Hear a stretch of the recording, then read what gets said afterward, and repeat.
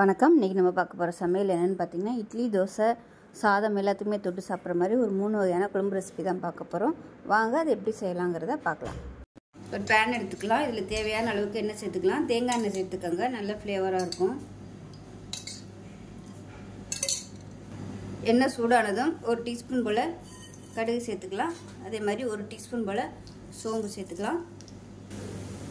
கடுகு சோம்பு பொரிய ஆரம்பிக்குது. இதில் வந்து கருவேப்பிலை சேர்த்துக்கலாம்.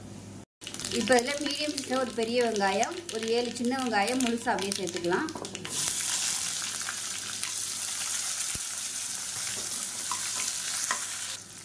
இப்போ இதில் இஞ்சி பூண்டு நச்சு வச்சுருக்கேன், அதை சேர்த்துக்கலாம்.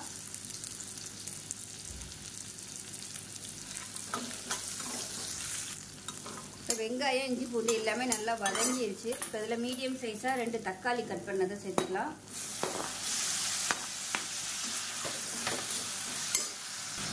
தக்காளி வதங்குறதுக்கு உப்பு சேர்த்துக்கலாம்.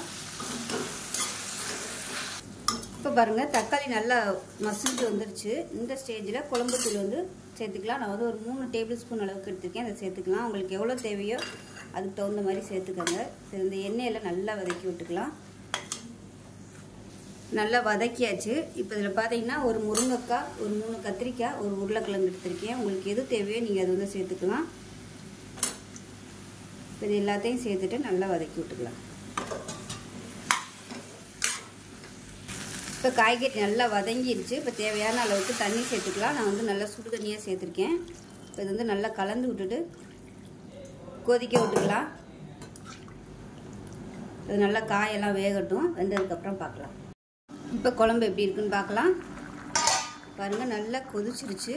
முருங்கைக்காயுமே நல்லா வெந்துருச்சு. பார்க்கையிலே தெரியுது, நல்லா விரிய ஆரம்பிச்சிருச்சு. முருங்கைக்காய் நல்லா வெந்துருச்சு. இந்த ஸ்டேஜில் தேங்காய், கசகசா, 2 முந்திரி பருப்பு போட்டு நல்லா நைஸாக அரைச்சி வச்சுருக்கேன். இந்த பேஸ்ட்டை சேர்த்துக்கலாம்.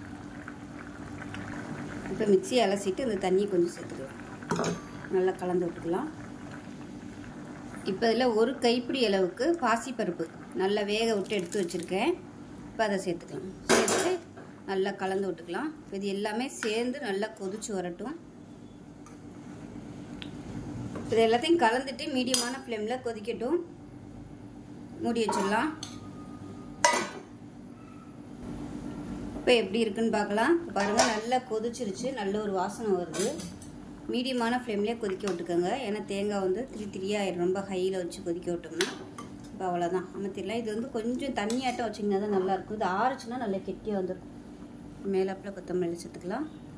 உப்பெல்லாம் கரெக்டாக இருக்கான்னு செக் பண்ணி பார்த்துட்டு கலந்து விட்டுக்கோங்க. அவ்வளோதான், அருமையான முருங்கைக்காய், கத்திரிக்காய் போட்டு பொரிச்சு குழம்பு ரெடி ஆயிடுச்சு. இது டிஃபன் ஐட்டத்துக்கும் சாதத்துக்குமே தொட்டு சாப்பிட்றதுக்கு அருமையாக இருக்கும். ஒரு பேன் எடுத்துக்கலாம். இதில் கொஞ்சமாக ஒரு 2 சொட்டு அளவுக்கு எண்ணெய் விட்டுக்கலாம். எண்ணெய் சூடானதும் 1/2 டேபிள் ஸ்பூன் உளுந்து, 1/2 டேபிள் ஸ்பூன் கடலைப்பருப்பு, 1/4 டீஸ்பூன் சீரகம், அதே மாதிரி 1/2 டேபிள் ஸ்பூன் மல்லி விதை. இது எல்லாத்தையும் லேசாக வறுத்துக்கலாம். இது கூடவே மிளகு சேர்த்துக்கலாம். அதுவும் ஒரு 1/4 டேபிள் ஸ்பூன் அளவுக்கு சேர்த்துக்கோங்க. இது கூடவே ஒரு 5 வரமிளகாய் சேர்த்துக்கலாம். இப்போ இதில் ஒரு 5 சின்ன வெங்காயம் சேர்த்துக்கலாம். ஒரு 2 கருவேப்பிலையில் சேர்த்துக்கலாம். இப்போ இது எல்லாம் நல்லா வறுபட்டு ஃப்ளேவர் வருது. இந்த ஸ்டேஜில் ஒரு டேபிள் ஸ்பூன் அளவுக்கு துருவின தேங்காய் சேர்த்துக்கலாம். சேர்த்து இதையும் நல்லா பரட்டி விட்டுட்டு கேஸ் அமர்த்திடலாம். அந்த சூட்டிலே தேங்காய் வறுபட்டுரும். இது ஆறுனதுக்கப்புறம் நல்லா நைஸாக அரைச்சிட்டு பார்க்கலாம். இப்போ பார்த்தீங்கன்னா அரைச்சது நல்லா ஆற விட்டு நல்லா நைஸாக அரைச்சாச்சு. தனியாக இருக்கட்டும். இப்போ அதே கடாயில் தேவையான அளவுக்கு எண்ணெய் விட்டுக்கலாம். எண்ணெய் நல்லா சூடானதும் ஒரு டீஸ்பூன் போல் கடுகு உளுந்து சேர்த்துக்கலாம். இது கூடவே கொஞ்சமாக சீரகம் சேர்த்துக்கலாம். கருவேப்பிலையில் சேர்த்துக்கலாம். கொஞ்சமாக பெருங்காயத்தூள் சேர்த்துக்கலாம். இது கூடவே 4 சின்ன வெங்காயம், பெரிய வெங்காயம் வந்து ஒரு 2 டேபிள் ஸ்பூன் கட் பண்ணி வச்சுருக்கேன், அதை சேர்த்துக்கலாம். இப்போ இந்த வெங்காயம் நல்லா வதங்கணும். இப்போ இதில் சின்னதாக ஒரு தக்காளி கட் பண்ணதை சேர்த்துக்கலாம். இப்போ இதில் கொஞ்சமாக உப்பு சேர்த்துக்கலாம், கொஞ்சமாக மஞ்சள்தூள் சேர்த்துக்கலாம். இப்போ பாருங்கள் தக்காளி வெங்காயம் நல்லா வதங்கிருச்சு. இதில் வந்து ஒரு 10லேருந்து 12 பீஸ் வர மாதிரி மாங்காய் சேர்த்துக்கலாம்.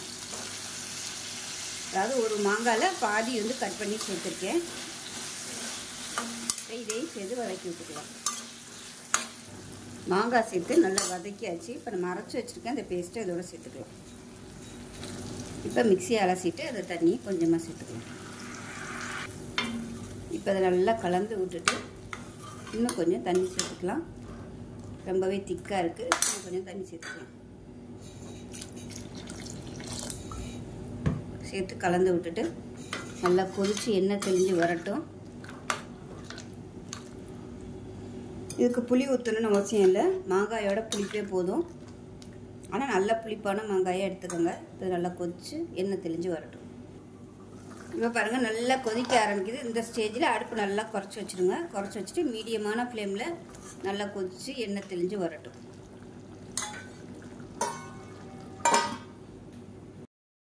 இப்போ குழம்பு எப்படி இருக்குன்னு பார்க்கலாம்.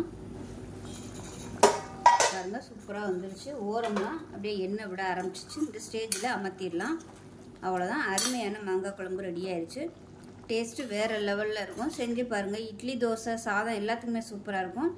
செஞ்சு பார்த்துட்டு எப்படி வந்துச்சுங்கிறத சொல்லுங்கள். வீடியோ பிடிச்சிச்சின்னா லைக் பண்ணுங்கள், கமெண்ட் பண்ணுங்கள், சேனலை சப்ஸ்கிரைப் பண்ணுங்கள், பக்கத்தில் பெல் பட்டனையும் ப்ரெஸ் பண்ணுங்கள். நன்றி. பேன் எடுத்துக்கலாம். இதில் வந்து முருங்கைக்காய் வதக்கிற அளவுக்கு எண்ணெய் விட்டுக்கலாம். ஒரு 5 டீஸ்பூன் அளவுக்கு எண்ணெய் விட்டுக்கலாம். எண்ணெய் நல்லா சூடாயிருச்சு. இதில் மீடியம் சைஸாக ஒரு 3 முருங்கைக்காய் சின்ன சைஸாக கட் பண்ணி வச்சுருக்கேன். இந்த முருங்கைக்காயை எண்ணெயில் போட்டு வதக்கிக்கலாம்.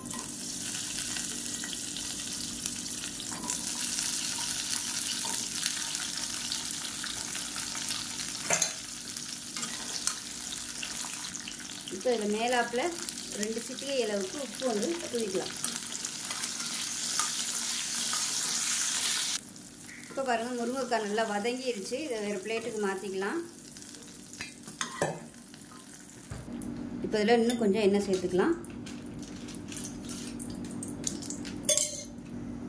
இப்போ எண்ணெய் நல்லா சூடாயிருச்சு. 1 டீஸ்பூன் போல் கடுகு சேர்த்துக்கலாம்.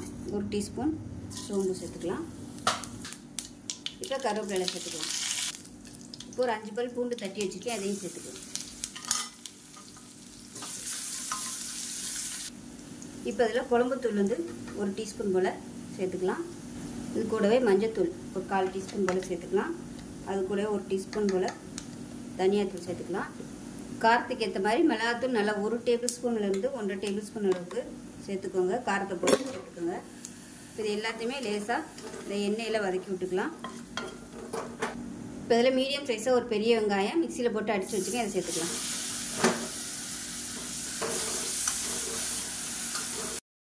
இப்போ இதில் மீடியம் சைஸாக 2 தக்காளி சேர்த்துருக்கேன், மிக்சியில் போட்டு அரைச்சது. அந்த வீடியோ வந்து ஸ்கிப் ஆயிடுச்சு. அதெல்லாம் நைஸாக அரைச்சிட்டு சேர்த்துக்கோங்க. இப்போ இது வந்து நல்லா எண்ணெய் பிரிஞ்சு வரட்டும். இப்போ பாருங்கள் எண்ணெய் பிரிய ஆரம்பிச்சிருச்சு. இந்த ஸ்டேஜில் நம்ம வதக்கி வச்சுருந்த அந்த முருங்கைக்காயை சேர்த்துக்கலாம். சேர்த்துட்டு நல்லா பரட்டி விட்டுக்கலாம். இப்போ நல்லா வதக்கியாச்சு. இப்போ இதில் வந்து தண்ணி சேர்த்துக்கலாம். முருங்கைக்காய் ஏற்கனவே நம்ம எண்ணெயில் வதக்கியிருக்கோம், அதனால் கொஞ்சமாக தண்ணி சேர்த்தா போதும். இப்போ தண்ணி ஊற்றிருக்கிறது நல்லா வற்றி கொஞ்சம் அப்படியே தொக்கு மாதிரி வரட்டும். அந்தளவுக்கு நம்ம வேக விட்டு எடுத்துக்கலாம். இப்போ இதை மூடி வச்சிடலாம். மீடியமான ஃப்ளேமில் நல்லா முருங்கைக்காய் வெந்து வரட்டும். வெந்ததுக்கப்புறம் பார்க்கலாம். இப்போ முருங்கைக்காய் தொக்கு எப்படி இருக்குன்னு பார்க்கலாம். பாருங்கள் தண்ணியெல்லாம் நல்லா வற்றி சூப்பராக வந்துருச்சு. நல்லா எண்ணெயெல்லாம் பிரிய ஆரம்பிச்சிருச்சு. இந்த ஸ்டேஜில் அமர்த்திடலாம். மேலாப்பில் பொடியாக நறுக்குன்னா கொத்தமல்லி சேர்த்துட்டு நல்லா ஒரு பரட்டி விட்டுக்கலாம்.